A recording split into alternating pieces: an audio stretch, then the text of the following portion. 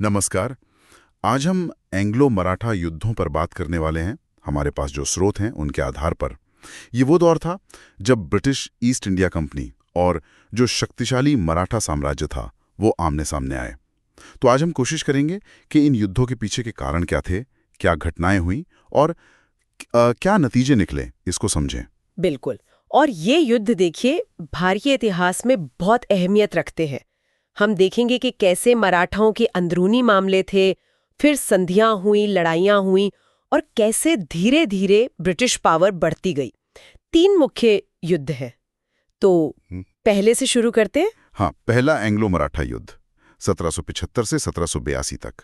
इसकी शुरुआत तो मेरे ख्याल है पेशवा माधवराव की मृत्यु के बाद हुई थी, है ना? उत्तराधिकार का झगड़ा था। हाँ, बिल्कुल। नारायण राव की हत्या हो गई थी और उनके चाचा रघुनाथ राव वो पेशवा बनना चाहते थे, लेकिन जो असल वारिस थे वो नारायण राव के बेटे सवाई माधवराव, जो उस वक्त शिशु ही थे। अच्छा। तो नाना फडणवीस और जो दूसरे बड़े मराठा सरदार थे जिन्हें बारभाई कहते थे, उन्होंने शिशु पेशवा का साथ दिया। अब रघुनाथ राव को लगा कि सत्ता हाथ से जा रही है, तो वो पहुंच गया अंग्रेजों के पास बॉम्बे में मदद मांगने। हाँ, मदद मांगने। और सूरत की संधि कर ली 1775 में। इसके बदले में उन्होंने सालसेट और बेसिन मतलब वसई वो इलाके अंग्रेजों को सौंप दिए और करीब 2500 सैनिक मांगे। पर अंग्रेजों में भी तो इसको लेके एक मत नहीं था, शायद कलकत्ता काउंसिल। सही कहा। कलकत्ता काउंसिल ने संधि को मतलब नहीं माना और पुरंदर की संधि 1776 से इसे रद्द करने की कोशिश की। लेकिन मामला तब बिगड़ा जब नाना फडणवीस ने फ्रांसीसियों को पश्चिमी तट पर एक बंदरगाह दे दिया। अच्छा, तो बॉम्बे सरकार को बहाना मिल गया। हाँ, उन्होंने इसे पुरंदर संधि का उल्लंघन माना और पुणे की तरफ फौज भेज दी। लेकिन वडगांव में क्या हुआ कि मराठों ने महाजी शिंदे के नेतृत्व में अंग्रेजों को घेर लिया। जबरदस्त घेराबंदी हुई थी शायद। ये मराठों की एक बड़ी जीत मानी जाती है। तो पहला युद्ध क्या मराठों के पक्ष में गया? पूरी तरह नहीं कह सकते। इसके बाद भी लड़ाइयां चलती रहीं। फिर 1782 में सालबाई की संधि हुई। इससे पहला युद्ध खत्म हुआ। अंग्रेजों ने सालसेट और भड़ूच अपने पास रखे और मराठों से गारंटी ली कि वो मैसूर के हैदर अली से दक्कन के अपने इलाके वापस लेंगे। तो एक तरह से बराबरी पर छूटा। लेकिन शायद इसने अंग्रेजों को मराठों की अंदरूनी कमजोरियां दिखा दी। बिल्कुल। और यहीं से दूसरे युद्ध की भूमिका बनी। दूसरा एंग्लो मराठा युद्ध 1803 से 1805। टीपू सुल्तान अब नहीं थे तो मराठा ही अंग्रेजों के सामने सबसे बड़ी ताकत थे। सही। पर प्रॉब्लम ये थी कि मराठा संघ में ही आपस में नहीं बन रही थी। पेशवा, गायकवाड़, होलकर, सिंधिया, भोसले सब अपनी अपनी चला रहे थे। अच्छा, जो रघुनाथ राव के बेटे थे और सिंधिया की सेनाओं को हरा दिया। तो पेशवा बाजीराव द्वितीय डर गए। हाँ, और उन्होंने फिर अंग्रेजों का दरवाजा खटखटाया। हाँ, बिल्कुल अपने पिता की तरह वो भागकर अंग्रेजों के पास गए और बेसिन की संधि कर ली 1802 में। ये संधि बहुत अहम थी। ये एक सहायक संधि थी, सब्सिडियरी अलायंस। मतलब अपनी स्वतंत्रता एक तरह से गिरवी रख दी। हाँ, समझिए कि उन्होंने बड़ा इलाका अंग्रेजों को दे दिया, अपने खर्चे पर ब्रिटिश फौज रखना स्वीकार कर लिया और अपने विदेशी मामले भी अंग्रेजों को सौंप दिए। ये मराठा आजादी के लिए बहुत बड़ा झटका था। जाहिर है बाकी मराठा सरदारों को ये पसंद नहीं आया होगा।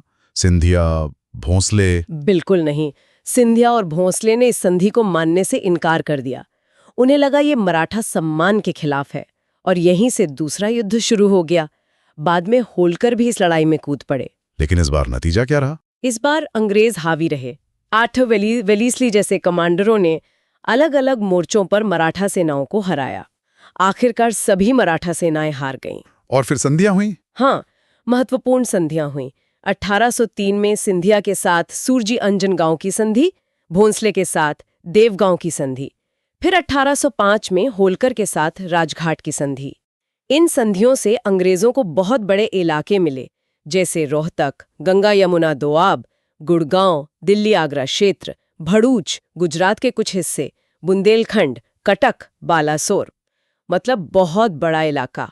तो मराठा शक्ति काफी कम हो गई इसके बाद? बहुत ज्यादा। अब आते हैं तीसरे और आखिरी युद्ध पर 1817-18। क्या ये मराठों की तरफ से एक आखिरी कोशिश थी अपनी खोई हुई इज्जत वापस पाने की? हाँ, कह सकते हैं।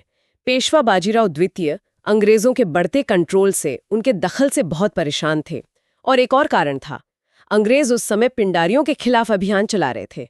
पिंडारी वो कौन थे? पिंडारी बेसिकली लड़ाकों के समूह थे जो लूटमार करते थे और मराठा सेनाओं के साथ भी जुड़े रहते थे। अंग्रेजों को शक था कि मराठे पिंडारियों को पनाह दे रहे हैं, उनकी मदद कर रहे हैं। ये भी एक बहाना बना। तो क्या इस बार मराठे एकजुट हो पाए? कोशिश हुई। पेशवा बाजीराव द्वितीय, मल्हार राव होलकर और नागपुर के मुधोरी द्वितीय भोंसले ने एक साथ आने की कोशिश की, लेकिन अंग्रेजों ने कूटनीति से दौलतराव शिंदे को, जो ग्वालियर के थे, उन्हें अलग थलग कर दिया। और फिर लड़ाई शुरू हुई। हाँ, लॉर्ड हेस्टिंग्स उस समय गवर्नर जनरल थे। ब्रिटिश सेना ने तेजी से मराठा इलाकों पर हमला किया और इस बार ब्रिटिश जीत बहुत जल्दी हुई। कौन कौन सी लड़ाइयाँ हुई? पेशवा खड़की और कोरेगांव की लड़ाई हार गए, भोंसले सीताबल्डी में हारे और होलकर महिदपुर में। और इसका नतीजा क्या निकला? नतीजा ये हुआ कि मराठा साम्राज्य का फैक्चुअली अंत हो गया।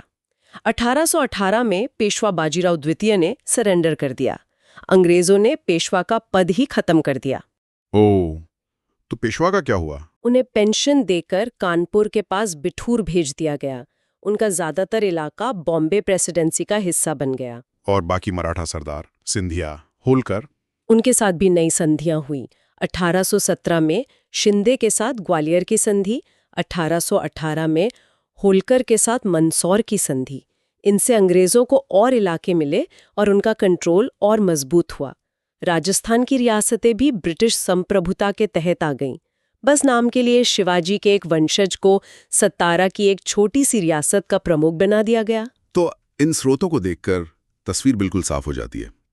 कैसे 3 युद्धों की इस पूरी श्रृंखला में मराठा शक्ति खत्म होती गई, अंदरूनी फूट, बदलती वफादारियां, इन सब ने मिलकर अंग्रेजों का काम आसान कर दिया और भारत में ब्रिटिश राज का रास्ता पूरी तरह खुल गया। बिल्कुल सही। हर कदम, हर संधि, चाहे वो सालबाई की हो, फिर बेसन की संधि जो बहुत निर्णायक थी, और फिर आखिरी संध्या, सबने शक्ति के पलड़े को अंग्रेजों के पक्ष में झुका दिया। ये वाकई सोचने वाली बात है कि कैसे एक इतना शक्तिशाली साम्राज्य अंदरूनी कलह और बाहरी दबाव की वजह से बिखर गया। हाँ, और इन स्रोतों पर गौर करने के बाद एक सवाल जरूर मन में आता है। क्या होता अगर मराठा सरदार, खासकर दूसरे और तीसरे युद्ध के दौरान, अपने आपसी मतभेद भुलाकर सच में एकजुट रह पाते? इतिहास शायद कुछ और होता। ये सोचने वाली बात है।